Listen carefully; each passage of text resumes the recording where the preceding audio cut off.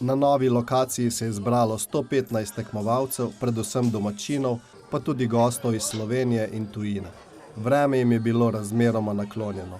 Vsi so tekmovali v eni kategoriji, v 2 serijah na razdalji 2,5 metrov od pirha, vsak met je štel točko.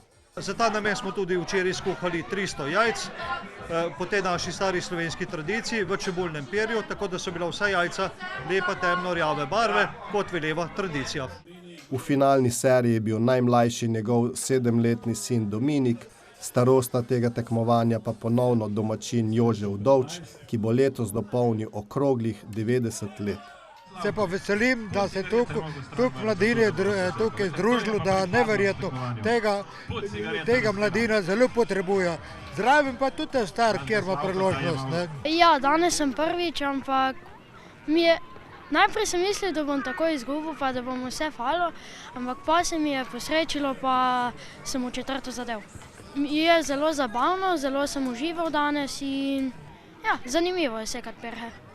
Četrtina sodelujočih je bila nežnejšega spola. Tudi one so dosegle dobre rezultate, za katere je treba včasih trenirati tudi doma. Všeč mi je bilo, da smo sekali perhe, ker je to nek pač običaj. Ponavadi se prijavim zaradi tega, da se zabavam, pa da se imamo dober.